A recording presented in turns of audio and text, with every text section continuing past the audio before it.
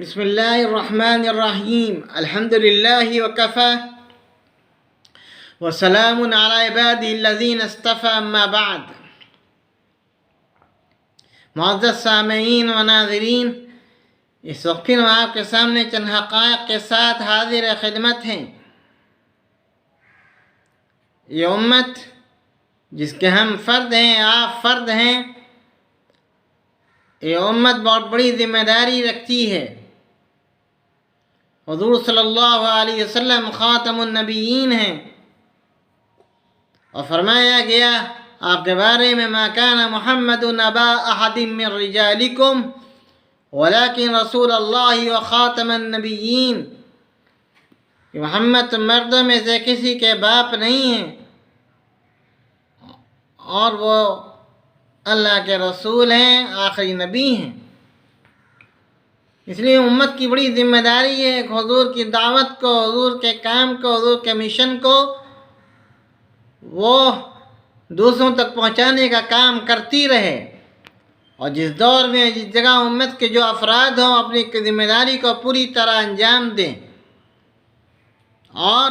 بے کم و کاست نہ کمی دین میں کی جائے گی نہ زیادتی کی جائے گی،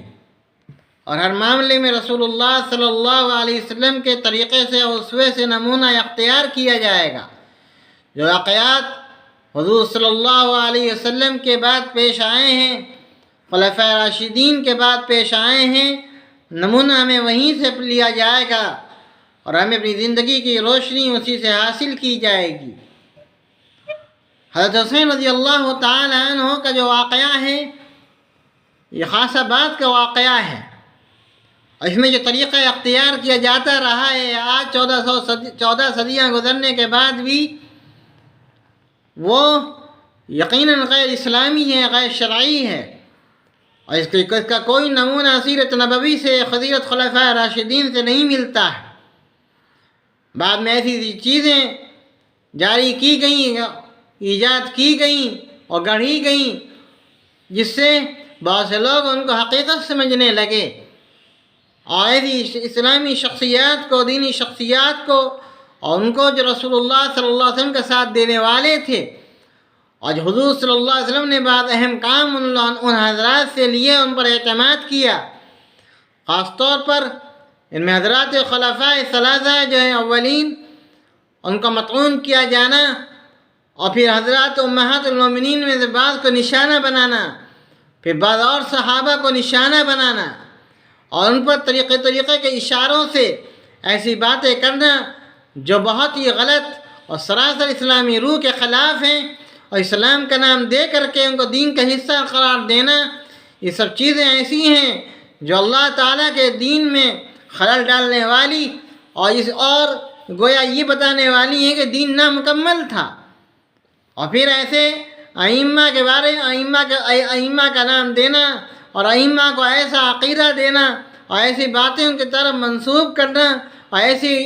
عصمت کا ان کو مقام دینا جو کہیں سے زیب نہیں دیتا، جو انبیاء کو تھا، اور نبوت حضور صلی اللہ علیہ وسلم پر ختم ہو چکی۔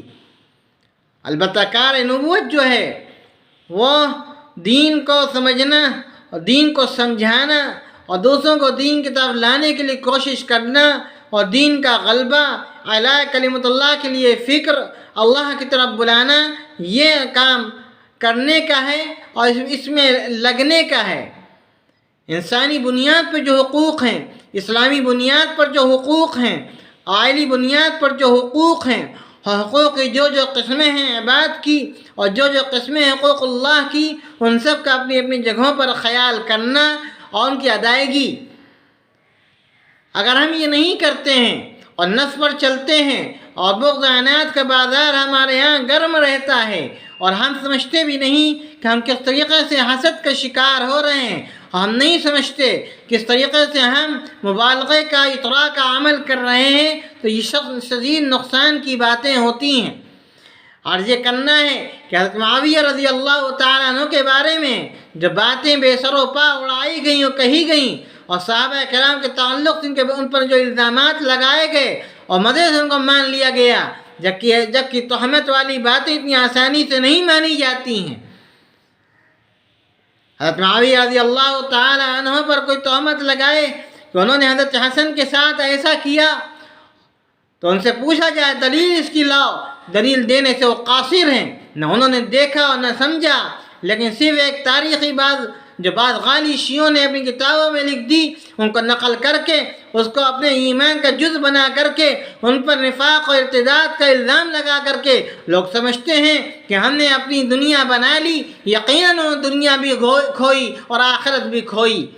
میرے بھائیوں، مجھے عرض یہ کرنا ہے کہ ایک موقع پر جہاں سید احمد شہید تشریف لائے، 1234 کا واقعہ ہے، تو معتمر الدولہ آقا امیر نے حضرت معاویہ رضی اللہ تعالیٰ عنہ کے تعلق سے حضرت سید احمد شہید سے سوالات کیے۔ انہوں نے ایسی زبردست تقریر وہاں کی، ایسی الہامی تقریر کی، ایسی یقین سے بھری ہوئی تقریر کی کہ معتمر الدولہ خاموش ہو گئے اور کچھ ان سے بنا نہیں اس کا جواب دیتے۔ حضرت امیر معاویہ رضی اللہ تعالی عنہ کے بارے میں حضرت سید احمد شہید نے وہ باتیں بتائیں اور حقائق واضح کیے، ان کی منقبت ایسی بیان کی کہ کوئی جواب نہیں بن پڑا ان کا۔ حضرت امیر معاویہ رضی اللہ تعالی عنہ کا جو مقام ہے وہ اپنی جگہ ہے، اور پچھلے جو صحابہ کا سابقین اولین ہیں ان کا اپنی جگہ مقام ہے، جو حدیبیہ کے موقع پر تھے ان کا مقام اپنی جگہ ہے، جو بدر میں شریک ہوئے ان کا مقام اپنی جگہ ہے۔ کوئی کسی کا مقام کسی کے مقام سے ٹکراتا نہیں ہے، کسی کا کام کسی کے کام سے ٹکراتا نہیں ہے۔ اللہ تعالیٰ کو جس سے جب جو کام لینا تھا اور جس میں اللہ تعالیٰ نے جو صلاحیت کام کی دیکھی اس سے کام لیا۔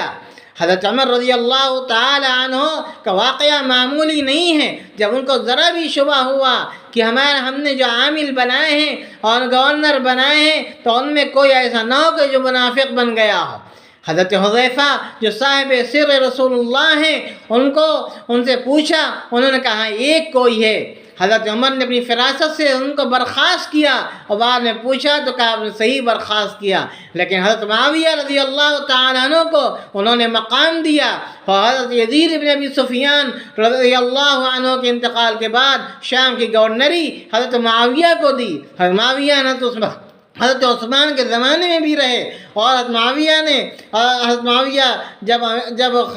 خلیفہ منتخب ہو گئے، خود حضرت حسن رضی اللہ عنہ نے ان کے ہاتھ پر بیعت کر لی، اور حضرت سعد بن ابی وقاص جیسے جلیل القدر صحابی نے ان کے ہاتھ پر بیعت کر لی، اور یہ بالکل ثابت ہے یہ بات، اور معلوم ہونا چاہیے کہ حضرت حسن رضی اللہ تعالی عنہ کا یہ احترام حضرت حسین رضی اللہ عنہ کے دل میں تھا کہ حضرت حسن سے ہٹ کر اپنی راہ الگ کبھی نہیں بناتے تھے، اختلاف ضرور کرتے تھے، لیکن جب حضرت حسن کی بات سامنے آ جاتی اپنے بڑے بھائی کا اس قدر وہ لحاظ کرتے تھے کہ جس کی انتہا نہیں۔ خود بڑا احترام تھا حضرت معاویہ کا حسین کا۔ جب حضرت حسن کا انتقال ہوا ہے تو حضرت عبداللہ ابن عباس حضرت معاویہ کے پاس رضی اللہ عنہ کے پاس وہ موجود تھے۔ حضرت معاویہ کو جب خبر ہوئی تو حضرت معاویہ نے کہا کہ حضرت ابن عباس سے تم بنو ہاشم کے سردار ہو گئے، لیکن حضرت ابن عباس فوراً بولے نہیں، اب حسین ہو گئے، اور حضرت معاویہ نے فوراً اس بات کو تسلیم کیا اور مانا۔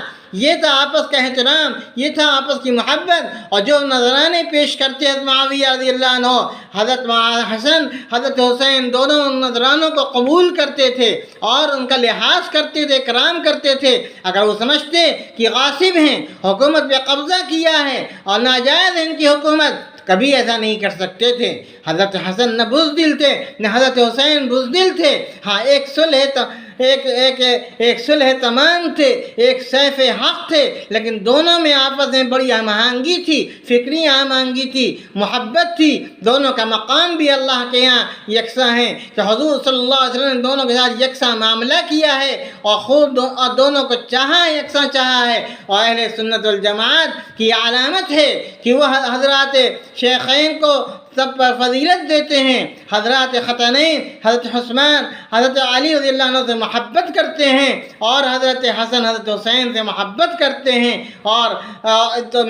یہ بڑی اہم چیز ہے، اور ہمیں آپسی تعلقات کا پورا لحاظ کرتے ہیں حضرات کے درمیان جو رہے ہیں ان کو سمجھنا چاہیے، اور جو غلط انداز سے باتیں پیش کی گئی ہیں کبھی ان پر ہمیں دھیان نہیں جمانا چاہیے۔ بہترین بات ہمارے بعض مشائخ اور عارفین و محققین نے کہی ہے کہ ان سے پوچھا گیا دین کے بارے میں اس کا لباب بتائیے، تو انہوں نے فرمایا اس میں سے کتاب و سنت کو مضبوطی سے پکڑو، ایک تو یہ بات کہی، دوسری کہا جو اوراد و اذکار ان کی پابندی کرو، اور کہا رخصت کو یعنی عزیمت کو اختیار کیا جائے گا۔ بڑی اہم بات جو انہوں نے فرمائی حضرت ابو القاسم نصر آبادی نے، وہ امام ذہبی نے لکھی ہے کہ انہوں نے فرمایا کہ اہم چیز ہے کہ رؤیت و آثار الخلق، لوگوں کے سلسلے میں عذر تلاش کیے جاتے ہیں، عیب اپنے دیکھے جاتے ہیں نہ کہ دوسروں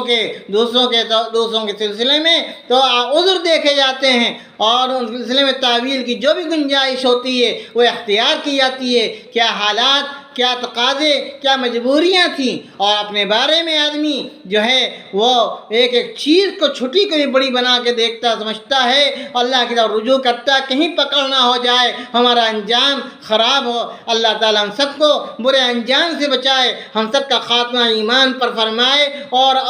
راضی ہو۔ وآخر دعوانا ان الحمدللہ رب العالمین۔ مساجد میں